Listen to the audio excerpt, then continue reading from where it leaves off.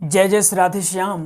कैसे हैं आप लोग? विश्वास से बहुत ही कुशल मंगल होंगे और उतने ही कुशल मंगल ढंग से आपका दिन भी चल रहा होगा। तो आइए शानदार और जानदार तरीके से आज का महत्वपूर्ण प्रसंग प्रारंभ करते हैं। तो क्या कहना है कि जमीन पर बैठ क्यों आसमान देखता है, जमीन पर बैठ क्यों आसमान देखता है, चल अपने पंखों को खोल, ये जमाना पंख नहीं उड़ान देखता है।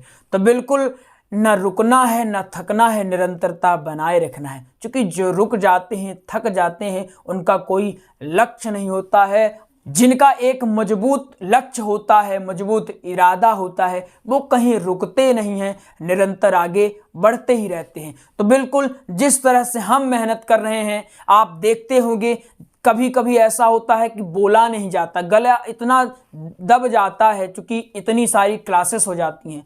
फिर भी हम कहते हैं नहीं, हम बताएंगे, क्योंकि हमने जो बीड़ा उठाई है कि सब घर घर गुरुकुल पहुंचाना है। हमने एक लक्ष्य ठाना है कि आप तक गुरुकुल पहुंचाना। जो लोग सक्षम नहीं है कहीं जाने में, कहीं सीखने में, धन का अभाव हो, कोई पारिवारिक स्थिति हो, घर की स्थिति हो, कुछ भी हो सकता है, तो हमने बीड़ा उठाया है कि घर घर तक गुरुकुल पहुंचाना है। तो हम जैसी मेहनत कर रहे हैं, आपको भी निरंतरता बनाए रखनी है और रेगुलर आपको सीखना है। और हमारा जोश कभी खत्म नहीं होगा, यूं ही जोश हमारा बरकरार रहने वाला है। तो हमने कहां तक जान लिया था, आइए पहले वो देखते हैं, उसके बाद हम बेहतरीन ट्रिक्स के माध्यम से आज समझने वाले हैं। हमने क्या जाना था, ध्यान से समझिए। ये माता देवकी हैं। कौन है? माता देवकी। इतना समझ में आया? इनकी 6 संतानों की हत्या, 6 संतानों की हत्या किसने कर दी? कंस ने कर दी। ये सारी बातें आपको नोट्स में मिल जाएंगी। अगर आपने नोट्स नहीं लिया है तो दिए गए नंबरों में कॉल कर लेंगे, आपको भागवत जी का, श्री राम कथा का, सत्संग का, सारी चीजें आपको नोट्स के माध्यम से मिल जाएंगी। इसका कुछ शुल्क है, वो शुल्क देकर के आप नोट्स प्राप्त कर सकते हैं। आपने इतना समझा था कि देवकी के 6 संतानों की हत्या कंस ने कर दी। अब बारी थी 7वें संतान की। किसकी? 7वें संतान की बारी थी। तो भगवान ने अपने योग माया, किसको? योग माया। भगवान ने अपनी योग माया को आदेश दिया और कहा कि आप ये जो 7वां गर्भ है इसको ट्रांसफर कर दो और 7वें गर्भ को खाली कर दो। ये बात जब कंस तक पहुंची कि 7वां गर्भ नष्ट हो गया है, तो कंस फूला नहीं समाया और बड़े दहाड़े मारने लगा, चीखे मारने लगा और कहा कि बताओ, देवताओं ने प्लानिंग की है मुझे मारने की, और जो इनका प्लान था कि 8वां गर्भ मेरी काल बनेगा, मेरा शत्रु बनेगा, बताओ 7वां ही नष्ट हो गया, डर के मारे मुझसे चला गया। अब कंस को क्या पता कि प्लानिंग क्या चल रही है। तो 7वां गर्भ जो होता है नष्ट हो जाता है। क्या होता है? 7वां गर्भ नष्ट हो जाता है। अब बारी थी किसकी? 8वें संतान की। देवकी की जो 8वीं संतान है श्री कृष्ण है। कौन है? श्री कृष्ण है। यहां थोड़ा आप इसमें करेक्शन करिएगा। हमने पिछली वीडियो में आपको बता दिया था कि 7वें गर्भ में कन्या हुई, तो ये थोड़ा इसमें आपको करेक्शन करना है। 7वें गर्भ में कन्या नहीं हुई, कन्या हुई नहीं, ये 8वें जो 8वां गर्भ है इसमें रिप्लेस किया गया। इसलिए श्री कृष्ण जी के बजाय एक कन्या का, अष्टभुजी कन्या का जन्म होता है। इसमें थोड़ा करेक्शन करिएगा। 7वां गर्भ खाली निकल गया, इसलिए कंस उत्साहित हो गया और सारी चिंताएं भी भूल गया। यही परिणाम था कि भगवान श्री कृष्ण आए और कंस को आभास ही नहीं हुआ। जब होता है ना कि हम दुश्मन को कम समझने लगते हैं, तभी एक समस्या का उत्पन्न हो जाता है, एक समस्या जन्म ले लेती है। इसलिए कुछ भी हो, कोई भी समस्या हो, उसको कम नहीं आंकना चाहिए। कंस ने समस्या को कम आंका। इसने कहा 7वां गर्भ चला गया तो मुझे लगता है 8वां गर्भ भी ऐसे ही नष्ट हो जाएगा। और बैंड बाजे बजवाने लगा, डीजे बजवाने लगा और नृत्य करने लगा। बढ़िया भोजपुरी गाना बजवा करके नृत्य करने लगा आनंद के साथ कि अब तो मुझे कोई गम नहीं है। और गाना गाने लगा, तेरा गम अगर न होता तो मैं शराब न पीता। बढ़िया मदिरा पान करने लगा और बोला कि अब तो मुझे कोई गम ही नहीं है। अब भगवान को मौका मिल गया। अब भगवान क्या करते हैं, 8वें गर्भ का जन्म कैसे होता, आइए बढ़िया डायग्राम के माध्यम से समझने का प्रयास करते हैं। तो अब आइए बेहतरीन ढंग से समझते हैं। ये क्या है, ये मथुरा का कारागार है, कारागार है, क्या है, जेल खाना है, क्या है, मथुरा, ये मथुरा का जेल खाना है। यहां देवकी और वसुदेव, देवकी और वसुदेव बेड़ियों में जड़े हुए हैं। कैसे, बेड़ी या हथकड़ी,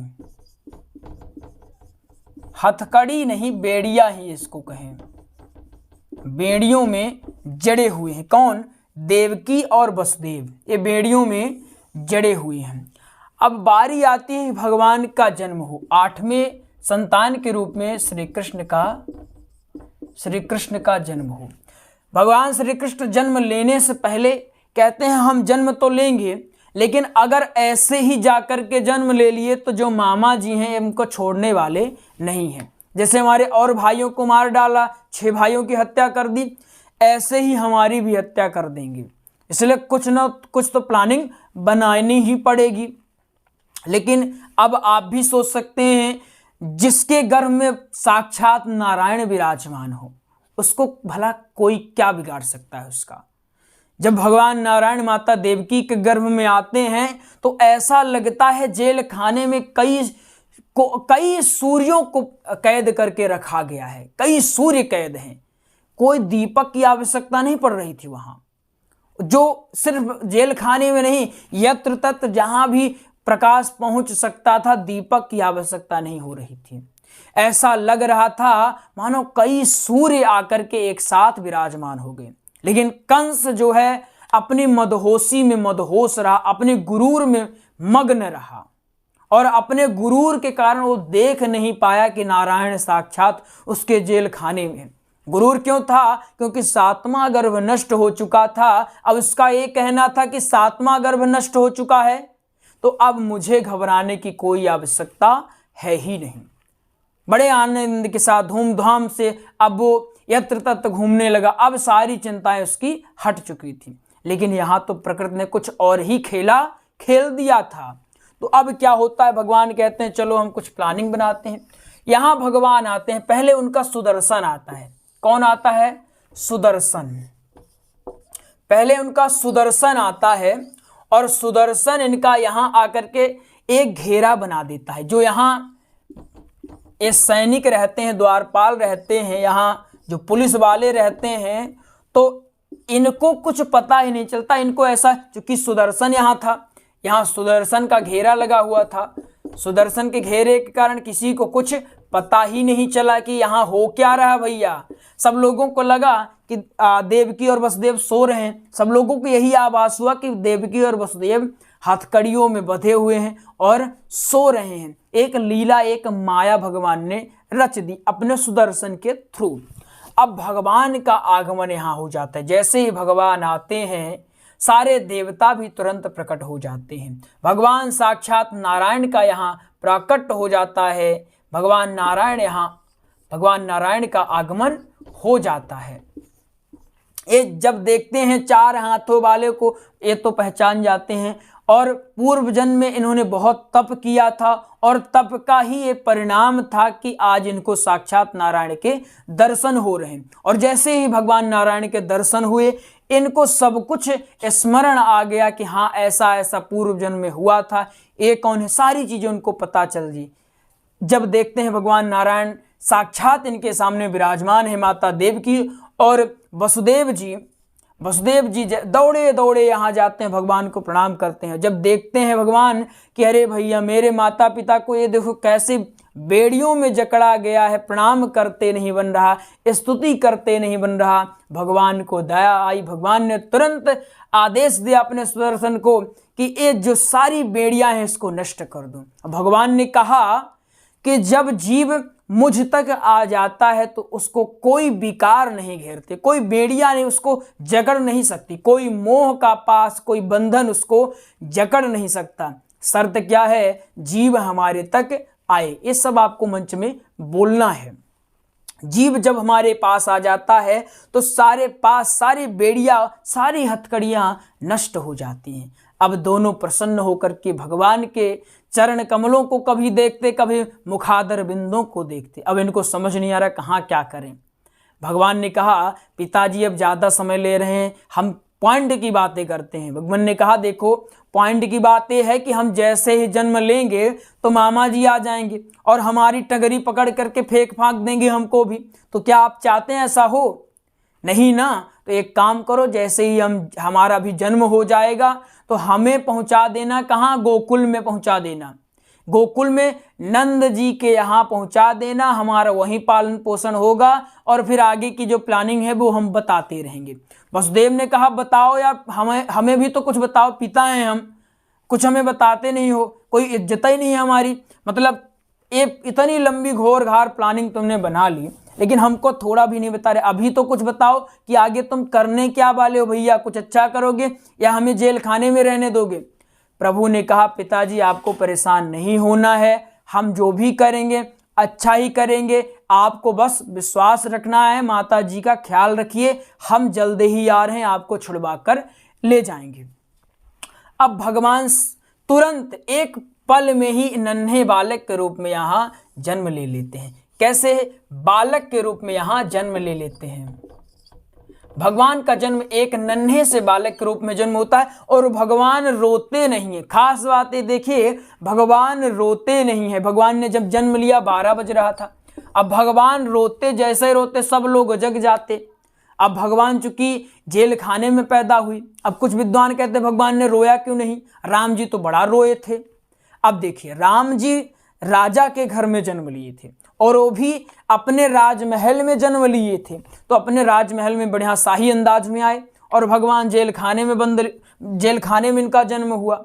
और इनके जन्म होते ही ये था कि अगर पता चला तो मामा जी दौड़े दौड़े आने वाले हैं। तो इसलिए भगवान ने कहा, नहीं भैया, रोने का काम हमने रामावतार में कर लिया, अब यहाँ रोना नहीं है, अब यहाँ रुलाना है। भगवान ने इसलिए रोने का जो काम है उसको कैंसिल कर दिया कि हमें रोना नहीं है। अब वसुदेव जी भगवान को लेकर के आते हैं। अब देखिए अब वसुदेव जी क्या करने वाले हैं। एक यहाँ थोड़ी सी पॉइंट वाली और बातें समझ लीजिए। अब यहाँ एक बात जब हम सोचते हैं तो रोना आ जाता है। सोचे माता देवकी के कलेजे को। एक माता के लिए सब कुछ उसका पुत्र ही होता है, चाहे उनका कलेजा निकाल लो, चाहे उनके पुत्र को मांग लो। तो सोचे माता देवकी का कलेजा, माता देवकी का हृदय कैसा रहा होगा कि पुत्र आज ही जन्म लिया और उसको आज ही एक आदेश मिला कि आज ही पुत्र को लेकर के इधर से निकल जाओ, नहीं तो पुत्र मारा जाएगा। उनके पास कोई तीसरा रास्ता नहीं था। पहला रास्ता था कि अगर यहाँ रखते हैं तो मामा कंस मार डालेगा, और अगर कहीं और पहुंचा देते हैं तो वहां भी कोई गारंटी नहीं कि वहां ये सेफ रहेगा या नहीं रहेगा। अपने पास रखने का तो कोई ऑप्शन ही नहीं है। सोचे इस माता, ठीक है कुछ लोग कहते हैं ये भगवान की माता है, इनका हृदय विशाल है, लेकिन माता तो माता ही होती है, चाहे भगवान की हो, चाहे भगवान हो, चाहे मानो किसी की भी माता हो, माता तो माता ही होती है। और कहते हैं ना कि पुत्र कितना भी बड़ा हो जाए लेकिन अपनी माता के लिए वो हमेशा छोटा ही रहता है। माता हमेशा चिंता ही करती रहती, जैसे बचपन में चिंता कर दी, खाना खाया कि नहीं खाया, नहाया कि नहीं खाया, अभी ये विश्राम किया होगा कि नहीं किया होगा, ऐसे ही माता सदैव चिंता करती रहती है। तो सोचिएगा एक बार, माता देवकी के स्थान पर स्वयं को रखकर जब भी हम सोचते हैं कि आखिर इनका हृदय कैसे रहा होगा, इन्होंने कैसे झेला होगा, तो हम समझते हैं कि हमारी मुसीबत तो कुछ नहीं है। हम छोटी सी परेशानी आती है तो रोने लगते हैं, और सोचेगा इनके ऊपर मुसीबतों का पहाड़ टूट पड़ा। एक एक सात पुत्र नष्ट हो गए, नष्ट ही होना है। अब भगवान श्री कृष्ण इनसे दूर जा रहे हैं, यानी कोई गारंटी नहीं कि मिलेंगे कि नहीं मिलेंगे। ठीक है, वो भगवान है इसलिए मिल गए। अगर इंसान होते तो कहाँ से मिलते, क्या होता? उनको तो कोई रक्षा करने वाला ही नहीं होता। अगर एक आध्यात्मिक बात से हट करके थोड़ा प्रैक्टिकल सोचें तो आज भी ऐसे बहुत कुछ होता है कि धन के अभाव में कई बच्चे जन्म तो लेते हैं लेकिन वो रुक नहीं पाते हैं, वो जन्म ले लेते हैं धरती पर, लेकिन जल्दी ही भगवान उनको बुला लेते हैं, सिर्फ और सिर्फ धन के अभाव में। बहुत लोगों को हमने देखा है, पैसा नहीं है, बच्चा जन्म हुआ, कुपोषित हो गया या कोई और बीमारी उसको घेर ली, तो क्या हुआ, बच्चा तुरंत मृत हो गया। और अगर पैसा होता, धन होता, तो कुछ न कुछ जुगाड़ हो जाता, उनका बच्चा बचाया जा सकता था, लेकिन धन के अभाव में वो बच्चा बचाया नहीं जा सका। तो आप लोग भी देखें, अगर आसपास, अगर आप सक्षम हैं तो आसपास अगर देखें कोई असहाय है और उसको आपकी मदद की जरूरत है, वास्तव में मदद की आवश्यकता है, तो कभी पीछे मत हटिए। जितना हो सके, जितना संभव हो उतना करिए। हमें नहीं कहते घर ही लुटा दीजिए, लेकिन जितना आपसे संभव हो उतना हमें अवश्य करना चाहिए। सोचिए, सबके पास एक एक समस्या होती ही है, ठीक है, हमें भगवान ने इतना सक्षम बनाया है, इसलिए कुछ लोग कहते हैं आप अपने नोट्स का शुल्क इतना कम क्यों रखे हैं। हमारे जो नोट्स हैं वो 489 में भागवत जी का नोट्स है, 599 रुपये में राम कथा का नोट्स है, और सबसे कम तो 659 रुपये में हमारी जो स्पेशल क्लास है वो मिल जाती है। हमने कहा ये कम नहीं, ये आपको कम लग रहा है, लेकिन कुछ लोग ऐसे भी होंगे जिनको 489 इकट्ठा करने में पता नहीं महीने भर लग जाता होगा। हैं बिल्कुल, आज के समय में भी ऐसे हैं, और एक उदाहरण तो हम खुद हैं। हमारा भी एक ऐसा दौर था जब हमको 2000 रुपये की आवश्यकता थी। हमने बहुत लोगों से मांगा कि हमको 2000 रुपये दे दो, लेकिन कोई तैयार नहीं थे कि हमें 2000 रुपये दे दें। बोले कि दोगे कैसे तुम? हमने कहा बात तो सही है, कैसे देंगे, भरोसा है तो दे दीजिए। लेकिन किसी ने कोई मदद नहीं करी कि 2000 रुपये हमें दे दिया जाए। हमने उसी दिन ठाना था कि हम कुछ ऐसा अवश्य करेंगे कि धन के अभाव में कोई शिक्षा से वंचित ना रह जाए। अभी तो केवल भागवत, राम कथा, हनुमत कथा ये सिखा रहे हैं, और बहुत होगा तो हम जल्द ही गवर्नमेंट एग्जाम की भी तैयारी इसी चैनल में शुरू करवा देंगे। हमारा लक्ष्य यह है कि धन के अभाव में कोई भी शिक्षा से वंचित ना रहने पाए। तो बिल्कुल आइए आगे बढ़ते हैं, भावनाओं में आगे बढ़ जाएंगे। तो फिर भावना इतनी है कि व्यक्त होती ही जाएंगी। आप लोगों से इसलिए कह देते हैं क्योंकि एक आत्मीय लगाव हो चुका है, बिल्कुल इसीलिए आपसे सब कुछ शेयर कर देते हैं। अब वसुदेव जी क्या करते हैं, यहाँ निकलते हैं इनको लेकर के। जो सारे द्वारपाल होते हैं ये बेहोश हो जाते हैं, सिंपल है, कोई दिक्कत नहीं। अब चूंकि बेहोश ही हो जाएंगे, हथकड़ियाँ पहले ही छूट चुकी हैं। अब भगवान इनको एक सूप में लेकर के, जो वसुदेव हैं, भगवान जी को एक सूप में लेकर के, ये कौन है, वसुदेव हैं, इनको लेकर के यहाँ चल रहे हैं। एक यमुना नदी है, यहाँ यमुना तट पर आते हैं। तो यहाँ सारे जो मेघ हैं, मेघ दर्शन करने आते हैं और बरसने लगते हैं। तो शेषनाग जी अपनी छाया कर लेते हैं, इनको कहते हैं मेरे प्रभु भीगने ना पाए, इसलिए छाया कर लेते हैं। वसुदेव लेकर के जा रहे हैं। अब यहाँ जो यमुना जी हैं, यमुना जी कौन है, इनकी प्रियतमा है। ये जब इनको पता चला कि हमारे जो होने वाले पति परमेश्वर वो आ रहे हैं, तो दर्शन करने के लिए दौड़ पड़ती हैं और दर्शन करने सोचती हैं चलो पैर पड़ लेते हैं। अब हमारे होने वाले पति हैं तो पैर पड़ना ही पड़ेगा, तो जाती हैं पैर पड़ने के लिए। अब चूंकि भगवान तो ऊपर यहाँ बैठे हुए हैं, वसुदेव जी के दाढ़ी में जहाँ ही जैसे यहाँ तक आई, भगवान ने देखा हमारे पिताजी तो डूब रहे हैं। भगवान ने तुरंत समझ गए, अच्छा देवी जी आशीर्वाद लेने आ रही हैं। अपने पैर का अंगूठा छुआया, भगवान जब आशीर्वाद मिल गया तो यमुना माता नीचे चलेगी, घुटने तक हो गई, यहाँ तक आ गई। पहले यहाँ तक हो गई थी, फिर भगवान ने जैसे ही पैर छुआया तो यमुना यहाँ तक आ गई, और जब आशीर्वाद मिल गया तो यहाँ तक आ गई। कुछ विद्वान इसमें मत करते हैं, कुछ लोग कहते हैं आशीर्वाद लेने आई, कुछ लोग कहते हैं अपने प्रियतम की जो छवि है वो देखने आई, कि देखो मेरे प्रियतम कैसा, जो होने वाले मेरे पति हैं उनकी देखो छवि कैसी है, इसलिए वो देखने आई। और जैसे ही यहाँ तक आई तो छवि दिखती पतिदेव की, उससे पहले ससुर जी की दाढ़ी दिख गई और शर्म के मारे नीचे आ गई। तो कुछ सब विद्वानों का अलग अलग इसमें मत है। अब यहाँ क्या होता है, अब ये पहुँचते हैं गोकुल। कहाँ जाते हैं,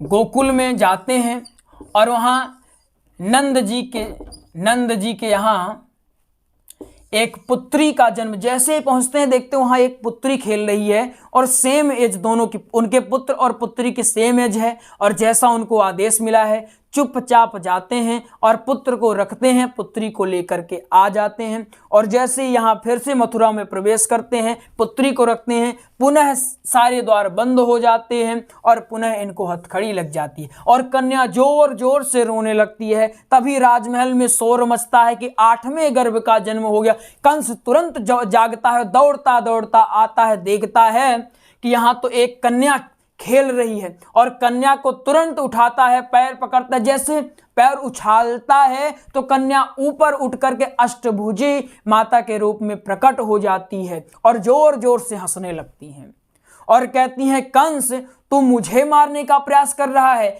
लेकिन तेरा काल तो पहले से ही जन्म ले चुका है। अब कंस के हक्के बक्के छूट गए, बेचारा वहीं गिर पड़ा, कहने लगा, बता दो देवी, बता दो, तुम तो मेरी भांजी हो, बता दो कहाँ जन्म लिया है, चलो बता दो मामा जी को। अब मामा जी को कोई मारेगा तुमको अच्छा लगेगा, चलो बता दो।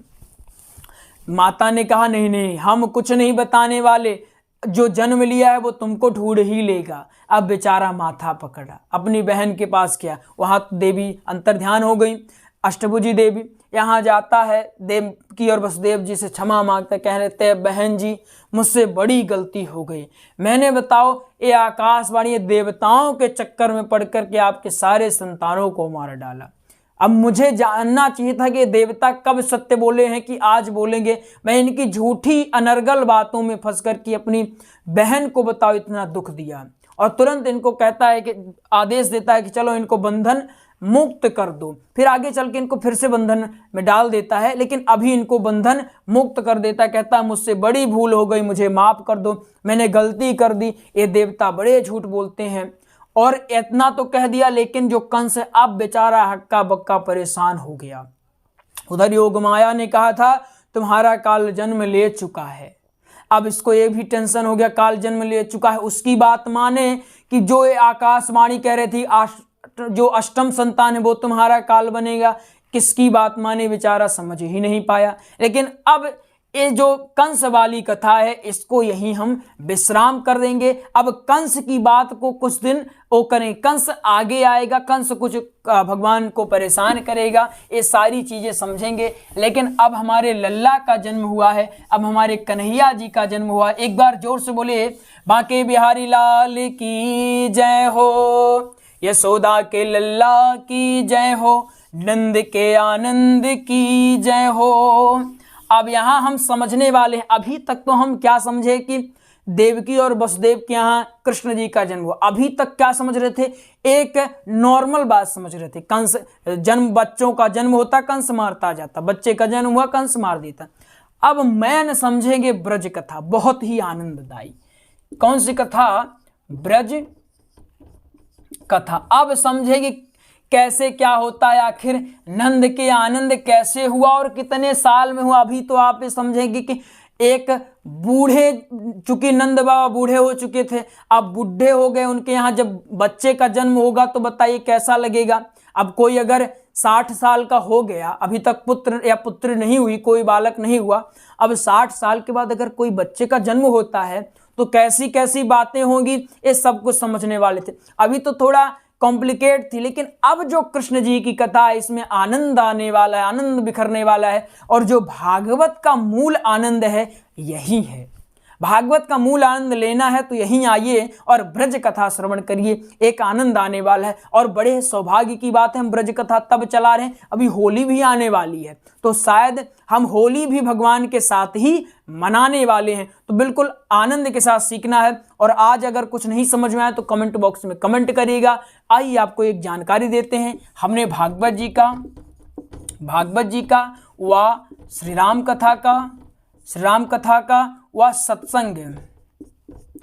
सत्संग का सरल नोट्स हमने तैयार करवा दिया। क्या तैयार करवाया है हमने, नोट्स ये पीडीएफ फॉर्मेट में आपको मिलेगा। कैसे मिलेगा, पीडीएफ में मिलेगा। जो भागवत जी का नोट्स है 489 रुपए में, श्री राम कथा का नोट्स 599 में, सत्संग का नोट्स आपको 441 रुपए में प्राप्त हो जाएगा। भजनों का भी पीडीएफ हमने तैयार करवा दिया है। तो अगर आपको प्राप्त करना है, प्राप्त करने की जो प्रक्रिया है बहुत ही सिंपल है, कुछ नहीं करना। आपको इस नंबर में, नंबर क्या है 8269386376, इस नंबर में आपको कॉल करना है तो आपको ये नोट्स मिल जाएगा। आप पेमेंट भी इसी नंबर में करवा देंगे, या फिर पेमेंट से पहले अगर आपको लग रहा है थोड़ा और भी कुछ जानकारी ले लें तो आप कॉल कर लीजिएगा, नोट्स की आपको जानकारी मिल जाएगी। अभी हमने ऑनलाइन क्लास भी चला दी है, ऑनलाइन क्लास भी हमने चला दी, तो ऑनलाइन क्लास के लिए भी आप इसी नंबर में संपर्क कर सकते हैं। ये ऑनलाइन स्पेशल क्लास है।